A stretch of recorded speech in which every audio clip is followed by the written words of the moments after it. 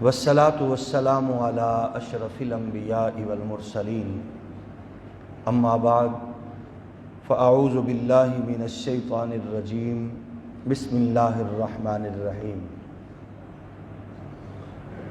يا أيها الذين آمنوا لا تتخذوا عدوي وعدوكم أولياء تلقون إليهم بالمودة وقد كفروا بما جاءكم من الحق يخرجون الرسول وإياكم أن تؤمنوا بالله ربكم إن كنتم خرجتم جهادا في سبيلي وابتغاء مرضاتي صدق الله مولانا العظيم الصلاة والسلام عليك يا سيدي يا رسول الله وعلى آلك وأصحابك يا سيدي يا نعمت اللہ۔ رسول کائنات صلی اللہ علیہ وآلہ وسلم کے تربیت یافتہ غلام یقیناً انسانیت کے لشکر میں وہ حسین اور اعلیٰ لوگ ہیں کہ جن پر قیامت تک انسانیت بلا شبہ فخر کرتی رہے گی۔ اس بات میں کوئی شک و شبہ نہیں ہے۔ پیغمبر اکرم کی صحبت اور قربت نے ان کے دل و دماغ پر جو اثرات مرتب کیے وہ یقیناً ایسے ہیں کہ جن کے حوالہ سے اپنا بیگانہ ہر انسان معترف ہے۔ غزوہ جو فتح مکہ کے حوالہ سے ہماری بات گفتگو کل سے جاری ہے، جتنے بھی جملہ غزوات ہوئے ہیں ان کے اندر ان کی جرت، استقامت اور غیرت ایمانی دیدنی ہے اور بے مثال اور بے نظیر ہے۔ بعض اوقات لوگ کنفیوژن کا شکار تب ہوتے ہیں جب اپنے طور پر پیمانہ وضع کرنے کی کوشش کرتے ہیں۔ یہ بات یاد رہے، جن کی خدمات کو اور جن کے اخلاص کو اور جن کی محبت و الفت کو قرآن بیان کرے وہ یقیناً کسی کے پیمانے کے محتاج نہیں ہے۔ بعض اوقات ایسا بھی ہوا اصحاب رسول میں سے کسی سے کوئی ایسا معاملہ سرزد ہوا تو انہوں نے اس کی بارگاہ قدس میں معافی مانگی۔ پیغمبر کی صحبت اور قربت کی برکات سے اللہ نے ان پر کرم کیا اور اس خطا پر، اس کی بارگاہ سے رجوع کرنے پر ان کو اللہ نے اپنی رضا کے اور اپنی محبت کے سرٹیفکیٹ بھی عطا فرمائے۔ چنانچہ فتح مکہ کے حوالہ سے جب حضور سید کون و مکان صلی اللہ علیہ وسلم نے لشکر کے حوالے سے روانگی کا اہتمام فرمایا تو اس موقع پر حضور کے ایک صحابی ہیں جن کا نام ہے حاطب بن ابی بلتا، ان سے ایک ایسا کام سرزد ہوا، انہوں نے ایک خط لکھا مکہ کے رؤساء کی طرف اور ادھر وہ خط لکھ کر روانہ کیا۔ اب دیکھیے کہ خط لے کر ایک عورت چلی اور ادھر اللہ نے اپنے محبوب صلی اللہ علیہ وآلہ وسلم کو ان کی اس بات سے آگاہ فرما دیا۔ تو حضور نے ڈیوٹی لگائی حضرت علی کی، زبیر بن عوام کی اور مقداد بن اسود کی۔ حضور نے فرمایا جاؤ، ایک جگہ ہے روضہ خاخ، وہاں پر جو خاخ نامی باغ ہے وہاں ایک عورت تمہیں ملے گی جس کے پاس ایک خفیہ خط ہے اور وہ خط مکہ کے رؤساء کے نام ہے، وہ خط اس سے لے کے آؤ۔ اب آپ اس کو کیا کہیں گے کہ اللہ اپنے محبوب کو آگاہ فرماتا ہے؟ اس کو آپ یہ کہیں گے کہ اللہ کے محبوب کو اللہ نے یہ عطا سے کرم فرمایا ہے کہ وہ حالات و واقعات مصطفیٰ کی نظروں کے سامنے ہوتے ہیں۔ اس کو جو بھی کہیں، بہرحال اس بات پر یقین رکھنا ہوگا کہ جو نبی جانتا ہے وہ اور نہیں جانتا۔ جن چیزوں پر نبی کو اللہ نے دسترس عطا فرمائی ہے وہ کسی اور کو نہیں بخشی ہے۔ چنانچہ مولا کائنات حیدر کرار پہنچ گئے، حضرت زبیر بن عوام، مقداد بن اسود پہنچ گئے اور انہوں نے فرمایا بی بی خط نکالو۔ اس نے کہا خط نہیں ہے۔ مولا علی پاک نے بارہا فرمایا تو اس نے کہا خط نہیں ہے۔ آپ نے فرمایا تجھے پتہ ہے یہاں زمین و آسمان اوپر نیچے ہو سکتا ہے، جو پیغمبر کی زبان سے بات نکلی ہے وہ غلط نہیں ہو سکتی۔ بی بی اللہ کے حبیب نے کہا ہے اور خط تجھے دینا پڑے گا۔ تو اس نے بالوں کے اندر وہ چھپایا ہوا تھا وہ خط پیش کیا۔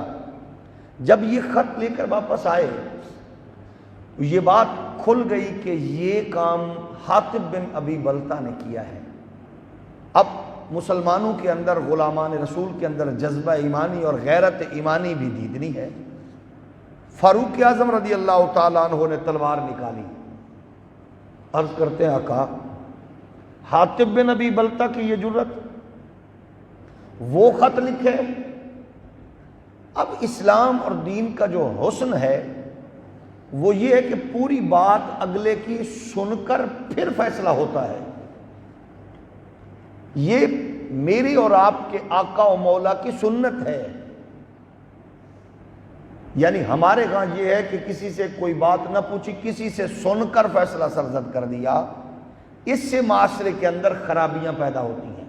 حضور نے فرمایا اس کو پورا موقع دو صفائی کا۔ اس نے حاضر ہو کر جو بات گزارشات حضور کی بارگاہ میں عرض کی، عرض کرتے ہیں یا رسول اللہ اس میں کوئی شک نہیں میں نے خط لکھا اور میں نے خفیہ لکھا، لیکن بات یہ ہے کہ جب میں مکہ میں آیا تو میرا کوئی رشتہ دار مکہ میں نہیں ہے، کوئی ایسی قبیلے اور برادری سے میرا تعلق نہیں ہے کہ میری کوئی فیور کرے، تو میرے بچے وہاں ہیں، تو میں نے ان کو صرف یہ لکھا ہے۔ اس خط کو بھی مورخین نے، سیرت نگاروں نے بیان کیا، میں نے صرف یہ لکھا ہے کہ مکہ والوں، اللہ کے نبی لشکر لے کر آ رہے ہیں اور دنیا کی کوئی طاقت محمد عربی صلی اللہ علیہ وسلم کے غلاموں کو فتح سے نہیں روک سکتی۔ میں نے یہ اس انداز سے، اس کے مفہوم سے لکھا ہے۔ حضرت عمر فرماتے ہیں میں اس کی گردن کاٹ دوں۔ اب اس پر حضور نے جو ارشاد فرمایا صحابہ تمہیں پتہ ہے کہ یہ حاطب بن ابی بلتہ بدری ہے، اور بدریوں کے لیے اللہ نے ایک خاص حکم فرما رکھا ہے، اعلموا ما شئتم قد غفرت لکم، کہ اب جو چاہو کرو، اللہ نے تمہاری معافی کا اعلان فرما دیا ہے۔ یہ اصحاب رسول میں بدر والوں کا خاص درجہ ہے، جیسا کہ ہم نے گزشتہ سے پیوستہ درس میں عرض کیا تھا کہ بدر میں شامل ہونے والے لوگوں کی تعداد 308 تھی۔ باقیوں کو میرے نبی نے اللہ کی عطا کردہ پاور و طاقت سے شامل کیا ہے، مطلب کہ اللہ کا نبی اللہ کی عطا سے جب چاہے، جو چاہے، جس کو چاہے، جتنا چاہے اس کی عطا سے عطا فرما دیتا ہے۔ یہ پیغمبر کی، نبی کی، حبیب کی شان ہے۔ تو اللہ نے ان کے لیے فرما دیا گیا۔ اب یہ دیکھیے کہ بہت سے احباب جب کوئی پیمانہ وضع کرتے ہیں تو وہ بعض اوقات مقدس شخصیات کو تولنے کی کوشش بھی کرتے ہیں، تو یہ یاد رہے کہ حضور کے ہاں ان کا درجہ اور اللہ کے ہاں ان کا درجہ کیا، رضی اللہ عنہم ورضوا عنہ، جن کے لیے التائبون العابدون الحامدون السائحون الراکعون الساجدون الآمرون بالمعروف، یعنی تمغے ہی تمغے ہیں ان کے لیے۔ تو قرآن مجید فرقان حمید کی یہ آیہ کریمہ، اچھا جب یہ حضرت عمر نے بات سنی تو حضرت عمر رضی اللہ تعالیٰ عنہ کی آنکھوں سے آنسو آ گئے اور مان فرمایا اللہ ورسولہ عالم، اللہ اور اس کا رسول جانتا ہے۔ یہ عقیدہ ہے اصحاب رسول کا، جب بھی کوئی ایسی بات آتی تو وہ ہمیشہ یہ کہتے اللہ جانے یا اللہ کا رسول جانے۔ یہ بات یاد رہے کہ کبھی بھی امتی علم و عرفان کی اوج ثریا پر بھی پہنچ جائے تو وہ نبوت اور رسالت کے حضور کی بارگاہ میں آپ کی نالین کی قدموں کے دھول کے کروڑویں حصے، ارب خرب حصے کو بھی نہیں پا سکتا۔ یہ آیہ کریمہ اس حوالے سے وضاحت کرتی ہے، یا ایھا الذین آمنوا لا تتخذوا عدوی وعدوکم اولیاء تلقون الیہم بالمودۃ وقد کفروا بما جاءکم من الحق یخرجون الرسول وایاکم ان تؤمنوا باللہ ربکم ان کنتم خرجتم جہادا فی سبیلی وابتغاء مرضاتی۔ ایمان والوں کو کہا گیا کہ اپنے دشمنوں کو، اللہ رسول کے دشمنوں کو دوست نہ بناؤ۔ اب دیکھیے، ہم جب یہ بات سنتے ہیں کرتے ہیں تو بہت سے لوگ لبرلزم سے مارے ہوئے لوگ کہتے ہیں یہ تو محراب و منبر تو شدت کی جانب چل پڑا۔ یہ قرآن ہے، کوئی بھی محراب و منبر کا وارث تمہیں نہیں کہتا کہ تعلق نہ رکھو، کوئی بھی یہ نہیں کہتا کہ معاملات نہ طے کرو، سفارتی تعلقات نہ رکھو، سب کچھ رکھو، دوست نہ بناؤ۔ دوست ہو ہی نہیں سکتا، دشمن دین تمہارا دوست کبھی نہیں ہو سکتا۔ اس نے ہر طور پر کوشش کرنی ہے کمزور کرنے کی، اور امت کی بربادی میں یہ بات شامل ہے کہ جب انہوں نے مسلمانوں کو چھوڑ کر غیروں سے دوستی کا تعلق جوڑنے کی کوشش کی ہے تو امت کامیابی کی جانب نہیں گئی، ذلت کی جانب آئی ہے۔ وہ مودی کو تمغہ دینے کی بات ہو، وہ مودی کو مندر بنا کے یو اے ای میں چابیاں پیش کرنے کی بات ہو، وہ ٹرمپ کے ساتھ 20 کلو کی تلوار اٹھا کر ناچنے کا معاملہ ہو، یا پھر جام سے جام ٹکرا کر پینے کا معاملہ ہو، یا پوری دنیا کے مسلمانوں کے سب سے بڑے دشمن ٹرمپ کو بلا کے 40 ممالک کے نام نہاد حکمرانوں کو اس کے سامنے بٹھانے کا معاملہ ہو، وہ دشمن ہے، وہ کبھی بھی امت کا خیر خواہ نہیں ہو سکتا۔ یہ قرآن کا فیصلہ ہے۔ آپس کے اختلافات ہونے چاہیے، رکھو، لیکن اختلاف کا دائرہ کار ایسا ہو کہ اس میں ایک دوسرے کے خاتمے کی جانب نہ بڑھو۔ اختلاف تو شروع سے امت میں رہے ہیں۔ اچھا، ایک بات اور بھی ذہن میں رکھیے، دنیا میں جتنے بھی مذاہب ہیں ہر مذہب میں فرقے ہیں، صرف اسلام میں نہیں ہیں، اور ڈھیروں فرقے ہیں۔ اگلے دروس میں ہم اس پہ بھی بات کریں گے، ڈھیروں فرقے ہیں، لیکن اس انداز سے شدت اختیار نہ کرو، ایک دوسرے کو برداشت کرنے کا، تحمل کا، بردباری کا مظاہرہ کرو۔ جو بات سمجھنا ہے اس کو اس تک پہنچاؤ۔ ہاں، چہ جائے کہ کوئی ایسا بد نصیب نہ ہو کہ جو آپ کی صفوں میں بیٹھ کر براہ راست کفر کو سپورٹ کر رہا ہو، لادینیت کو سپورٹ کر رہا ہو، کیونکہ وہ دوسروں سے زیادہ خطرناک ہوتا ہے۔ جیسا کہ آپ کے ہاں آپ دیکھتے ہیں، ہمارے ہاں میڈیا میں بہت سے ایسے لوگ باقاعدہ طور پر لانچ کر چکے ہیں، اتارے گئے ہیں کہ باقاعدہ طور پر ان کی تعلیمات امت کے اندر رخنہ اندازی کا ایک پورا ماحول کریٹ کر رہی ہیں۔ تو اس انداز سے ان سے بچنا بھی ضروری ہے۔ تو قرآن کا یہ مطلق فیصلہ ہے، وہ تمہارے نہیں ہو سکتے، وہ تمہارے نہ تھے نہ ہو سکتے ہیں۔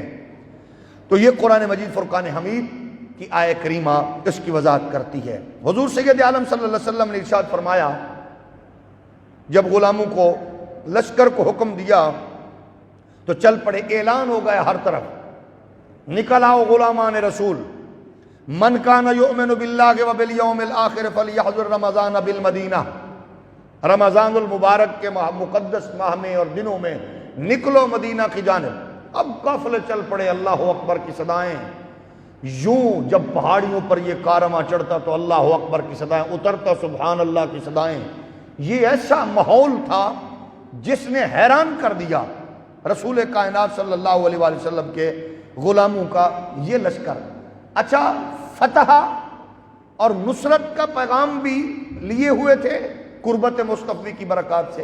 اب ذرا اس بات کو دیکھیے، جب اتنا بڑا لشکر نعرہ تکبیر و رسالت سے ماحول گونج رہا تھا، اللہ اکبر کی صدائیں کائنات عالم پر گونج رہی تھی، اس لمحے انسانیت کے سب سے بڑے محافظ و نگہبان کی بات دیکھیے۔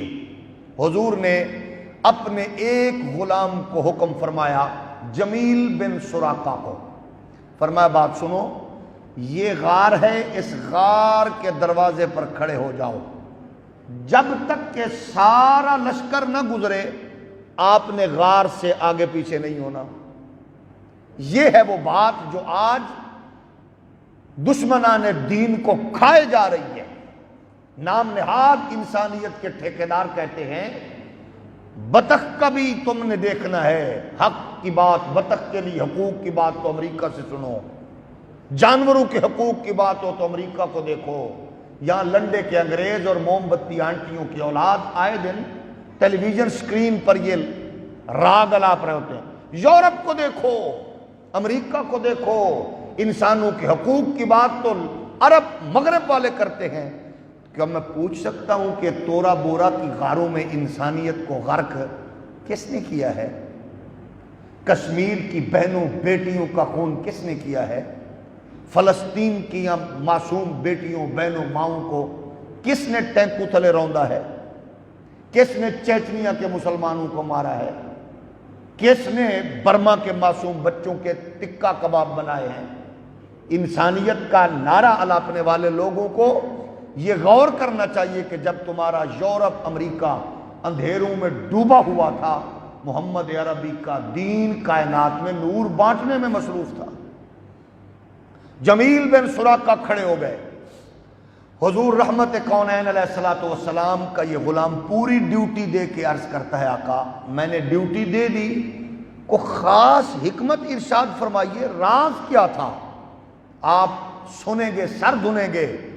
رحمت دو جہاں علیہ السلام نے فرمایا اس غار میں ایک کتیا اپنے بچوں کو دودھ پلا رہی تھی، مجھ محمد کو یہ گوارا نہیں تھا کہ میرے لشکر کی وجہ سے وہ کتیا ڈسٹرب ہو جائے۔ یہ ہے مصطفیٰ کا دین، یہ ہے نبی کا دین۔ اگر کوئی یہ کہے کہ نبوت پہ حملہ ہو اور پھر کہ نہیں جناب تحمل بردباری کی، یہ بات اسلام کے دائرے ہیں، نو گو ایریاز ہیں، وہاں تک رسائی نہیں ہے، یہ ہے کتیا کا خیال۔ اور آگے دیکھیے کہ جس نے رسالت مآب صلی اللہ علیہ وسلم کی ناموس پر حملہ کیا فرمایا وہ کعبے کے غلاف میں بھی چھپاؤ تو نکال کے لاؤ۔ وہاں عالم یہ ہے، توہین حاکم کی ہو، آپ بتائیے، ہم لنڈے کے انگریزوں سے پوچھنا چاہتے ہیں، توہین چیف جسٹس صاحب کی ہو اس کا ڈرائیور معاف کر سکتا ہے؟ توہین وزیر اعظم کی ہو تو کیا اس کا گن مین معاف کر سکتا ہے؟ توہین صدر مملکت کی ہو تو کیا اس کا چوکیدار معاف کر سکتا ہے؟ جس کی بات ہے وہ کرے، بھائی بات ہو نبوت اور رسالت کی، پھر نہ معاف ہونے والی چیز ہے نہ معاف کرنے والی چیز ہے۔ معاملہ اللہ رسول کا ہے تو پھر معافی والی بات نہ تھی نہ ہو سکتی ہے۔ اور آپ دیکھ رہے ہیں کہ عالمی دنیا کا مزاج کیا ہے۔ ہمارے ملک میں لاکھوں عیسائی ہیں، غربت والے بھی ہیں، امیر بھی ہیں، ہر طبقے سے ہیں، لیکن بہت سے عیسائی ایسے ہوں گے ہمارے معاشرے میں، ہمارے پاکستانی بھائی، کہ جو غربت کی لکیر سے بھی نیچے کی زندگی گزار رہے ہیں۔ کیا کبھی امریکہ کو ان کو خیال آیا؟ کیا فرانس کو کبھی ان غریب عیسائیوں کا خیال آیا؟ کن کا خیال آتا ہے؟ جو تمہارے نبی پر بھونکے اس کو فوراً اٹھایا جاتا ہے، جو رسالت مآب کی ناموس پر حملہ کرے پھر ان کو یاد آتا ہے۔ تو یہ جو تماشا ہے یہ چیک کرتے ہیں امت کو کہ غیرت سو چکی ہے یا غیرت ایمانی اس کی جاگ رہی ہے۔ اگر آپ اس تصور کو سامنے رکھیے تو ہمارے ہاں یہ بھی کہا جاتا ہے کہ اسلام میں تو لڑائی، لیکن آپ پوری انسانی جنگوں کی تاریخ دیکھ لیں، آپ کو یہ سارا منظر سامنے ملے گا کہ اسلامی جنگوں کی تاریخ میں جتنے بھی لوگ آج تک جنگیں ہوئی ہیں ان میں اسلامی جنگوں کے حوالے سے کتنے لوگ مرے ہیں؟ اسلام جنگ و جدل کا مذہب نہیں ہے، اسلام تو دفاع کرنے والا مذہب ہے، دفاعی دین ہے۔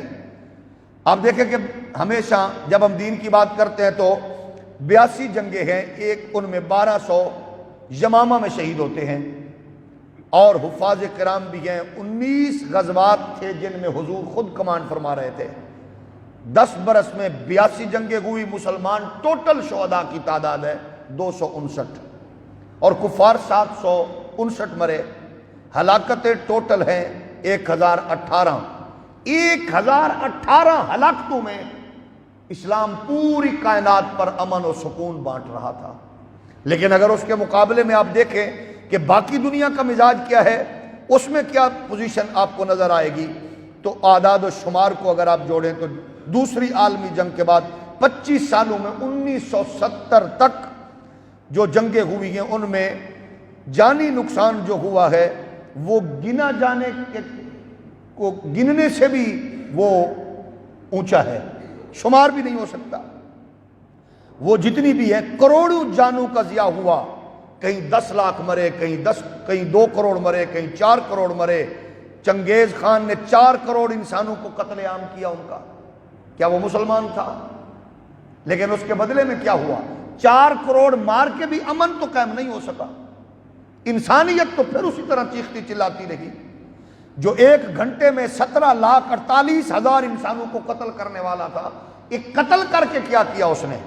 اسلام نے اگر کسی کے ہاتھ کاٹنے کا حکم دیا تو عمل بھی ہوا اور امن بھی ہوا، جہاں سزا تھی وہاں اس کا پورا تصور نظر بھی آیا۔ آپ دیکھتے ہیں کہ شاکا زولو 18ویں صدی ہجری میں جنوبی افریقہ کا حکمران بنا تو دشمنوں کی آبادیوں کو مکمل طور پر ختم کرنے میں شہرت رکھتا تھا۔ 20 لاکھ لوگوں کو شاکا زولو نے ان کو تہہ تیگ کیا۔ فرانسیسی حکمرانوں کو دیکھیے تو انہوں نے جب اس انداز سے تلوار چلائی ہے تو لاکھوں لوگوں کو مارا، تہہ تیگ کر دیے۔ کس نے کیا کیا کام نہیں کیا۔ اسی طرح ہٹلر نے کیا کارنامے انجام دیے، لیکن رزلٹ کیا نکلا ہے؟ رزلٹ کچھ نہیں نکلا، کیونکہ ان کے پیچھے کیا تھا یہ آپ سب بہتر جانتے ہیں۔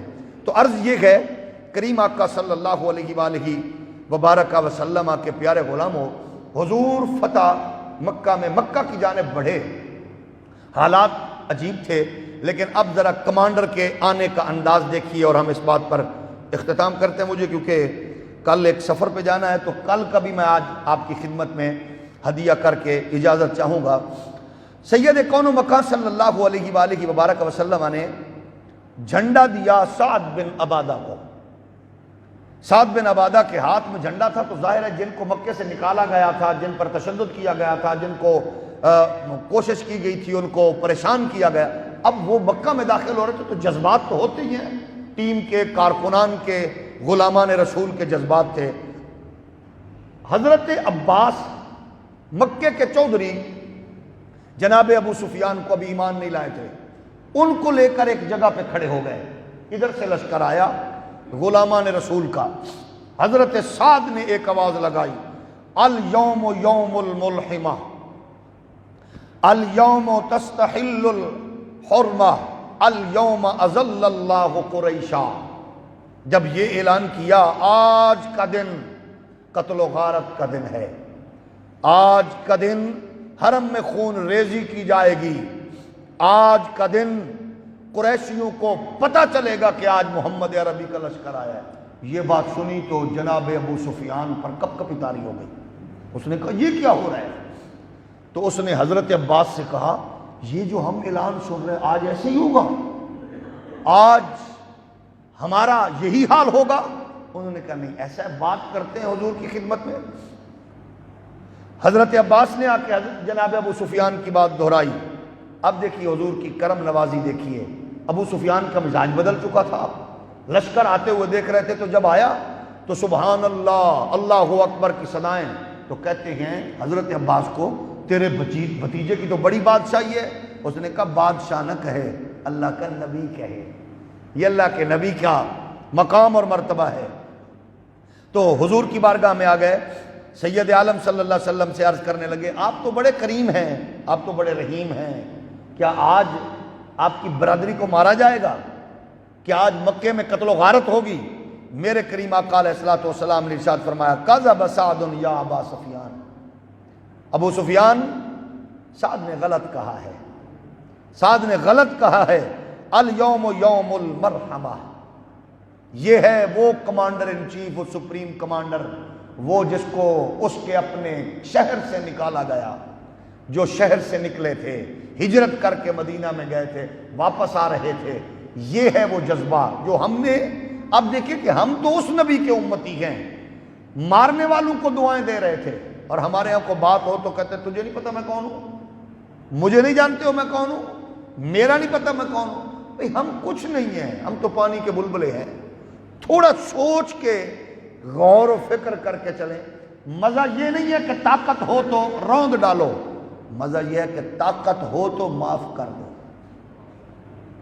جب گرفت میں ہو تب معاف کرو۔ یہ ہے ایمان، یہ نہیں ہے کہ روندتے چلے جاؤ، یہ کمال نہیں ہے۔ یہ ہے میرے کریم آقا کی سنت۔ فرمایا نہیں، آج کا دن تو محبت کا دن ہے۔ الیوم یوم یعظمکم یعظم اللہ فیہ الکعبہ، الیوم یوم تکشا فیہ الکعبہ، الیوم یوم اعز اللہ فیہ قریشا۔ یہ قریشیوں کو مارنے کا دن نہیں ہے، کعبے پر چادر غلاف چڑھے گا، آج مکہ میں صدائیں گونجیں گی۔ اچھا یوں قافلہ پوری جو حضور کے غلاموں کا تھا مکے کی جس گلی میں گزرے گلی بھر جائیں، گلیاں بھر گئیں، ماحول عجیب۔ تو ابو سفیان دیکھ رہے تھے۔ سید عالم صلی اللہ علیہ وسلم نے فرمایا آج محبتوں کا دن ہے۔ حضرت عباس فرمانے لگے یہ جو ابو سفیان ہیں ذرا ٹھاٹ باٹ والے بندے ہیں، ان کے لیے بھی کوئی پیکج دے دے۔ حضور نے فرمایا جو دروازے کھول دو، جو اندر چلا جائے اس کے لیے بھی پناہ، جو اس کے گھر میں چلا جائے اس کے لیے پناہ، جو باہر نہ نکلے اس کے لیے بھی پناہ۔ یہ اعلان میرے اور آپ کے آقا و مولا سید عالم صلی اللہ علیہ وسلم نے فرمایا۔ لیکن انتہائی دلچسپ بات دیکھیے، اب کعبہ مکہ شریف فتح ہو گیا، حضور سید عالم علیہ السلام داخل ہو گئے۔ بلال کو فرمایا بلال اب اذان دے۔ بلال چڑھے اذان دینے لگے۔ ابو سفیان چودھری تھے، اسی طرح دو تین چودھری مل کے بیٹھے۔ اس کو امام بہقی نے ابن عباس سے نقل کیا، امام صالحی نے سبل الارشاد میں، سبل الہدی والرشاد میں نقل کیا۔ بیٹھ گئے تو دورانے وہ جب اذان دینے لگے تو ایک دوسرے میں وہ آنکھوں میں کہنے لگے کہ سنو آج یہ دن بھی دیکھنا تھا، رنگ کا کالا، غلام ابن غلام، آج اوپر کھڑے ہوئے کیا کہہ رہے ہیں، معاذ اللہ چیخ رہے، یہ دن بھی دیکھنا تھا۔ ابو سفیان فرمانے لگے میں کچھ نہیں کہوں گا۔ کہنے لگے کیوں؟ کہتے تمہیں پتہ نہیں ہے یہ جو نبی ہے نا یہ دل کی بات بھی جان لیتے ہیں، یقین آیا مسلمان دور سے پہچان لیتے ہیں۔ یہ محمد عربی صلی اللہ علیہ وسلم کے غلاموں کا کمال تھا۔ اچھا اس کو سن کر سید عالم صلی اللہ علیہ وآلہ وبارک وسلم کی یہ بات حضور نے اس سے پہلے کیونکہ ایک بات سے ٹوکا ابو سفیان کو، تو ابو سفیان نے جب حضور نے انہوں نے کو بات کہتے ہیں میں نے دل میں سوچا اس سے پہلے، حضور نے فرمایا اذن یخزیک اللہ، پتہ ہے تم کیا سوچ رہے ہو، اگر تم ایسا کرو گے تو تمہارے ساتھ کیسا ہوگا؟ وہ کہتے ہیں میں نے تو دل میں سوچا تھا۔ یہ عرض کرنے کے بعد اتوب الی اللہ تعالی واستغفر اللہ مما تفوت بہ، جب یہ کہا تو انک نبی متسع انی کنت لا احدث نفسی بذلک، یا رسول اللہ صلی اللہ علیہ وسلم حضور اللہ کی عزت کی قسم ہے آپ نے دل کی کیفیت جان لی، اب مجھے یقین کامل ہو گیا کہ جو دل کی باتیں جان لے وہی اللہ کا نبی ہوتا ہے صلی اللہ علیہ وآلہ وسلم۔ آخری اور دلچسپ بات، حضور سید عالم صلی اللہ علیہ وسلم کعبہ شریف میں آئے، آپ نے فرمایا عثمان بن طلحہ کو بلاؤ، یہ کلید بردار تھے کعبے کی، چابی ان کے پاس تھی۔ عثمان بن طلحہ آ گئے، حضور نے ارشاد فرمایا عثمان جی چابیاں لاؤ۔ اچھا عثمان کہتے ہیں جب یہ کچھ ہوا تو میں دوڑا گھر گیا، میں نے اپنی ماں سے کہا آج لگتا ہے وہ بات جو نبی نے ایک مرتبہ محمد صلی اللہ علیہ وسلم نے کہی تھی آج پوری ہونے لگی ہے۔ اس نے کہا لات و عزا، اس نے کہا اماں ہر چیز پٹ گئی، اللہ کے نبی آ گئے، بس قل جاء الحق وزهق الباطل ان الباطل کان زہوقا، محمد صلی اللہ علیہ وسلم آ گئے، عثمان آ گئے، لوگ موجود تھے، میرے اور آپ کے آقا و مولا نے فرمایا عثمان وہ وقت یاد کر جب لوگ کعبے میں تھے، میں نے کہا تھا میں نے بھی جانا ہے، تو تم نے کہا تھا ایسا نہیں ہو سکتا۔ میں نے کہا تھا عثمان ایک وقت آئے گا جب چابیاں میرے ہاتھ میں ہوں گی اور پھر میں جس کو چاہوں گا دوں گا۔ یاد ہے تجھے تو نے کیا کہا تھا؟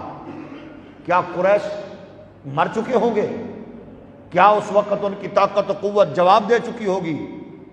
تو نبی کائنات صلی اللہ علیہ وسلم نے فرمایا تمہیں یہی جواب ملا تھا کہ میرا اللہ وہ ہے جو کائنات کا حاکم ہے، مالک ہے، مولا ہے۔ حضور نے فرمایا چابیاں لاؤ۔ عثمان کہتے ہیں میں نے چابیاں دیں۔ حضور نے چابیاں لے کے کہا یا عثمان لعلک سترا ھذا المفتاح۔ سید عالم صلی اللہ علیہ وسلم نے ارشاد فرمایا یومن بیدی ادعوہ حیث شئت۔ اے عثمان یاد رکھو ایک دن جب میں نے کہا تھا کہ ہاتھ میں میرے میں چابی ہوگی، آج چابی اللہ نے میرے ہاتھ میں پکڑا دی ہے۔ حضور نے پکڑ کے فرمایا خذوہا خالدتن طالدتن لا ینزعہا۔ حضور نے چابی پکڑی اور فرمایا منکم الا ظالم، اب چابی تیرے ہاتھ میں پکڑائی ہے میں، اب قیامت تک تیرے ہاتھ سے کوئی چابی چھین نہیں سکے گا۔ ابھی تک وہ چابیاں کعبہ کی اسی خاندان میں چل رہی ہیں۔ یہ ہے پیغمبر کی عطا، حضور کی عنایت، حضور سید عالم صلی اللہ علیہ وسلم کی جلوہ گری۔ اچھا جب اذان ہو گئی، مکہ فتح ہو گیا، عجیب منظر یہ ہوا شیاطین نے چیخو پکار شروع کر دی۔ وہ چیخو پکار بھی محدثین نے بیان فرمائی ایسو ان تردو امت محمد صلی اللہ علیہ وسلم الی الشرک بعد یومکم ھذا ولکن افسوا فیھا یعنی مکہ نوح والشرک۔ شیطان چیخ رہے تھے، چلا رہے تھے، تو ان کے ابلیس نے پوچھا بچوں روتے کیوں ہو؟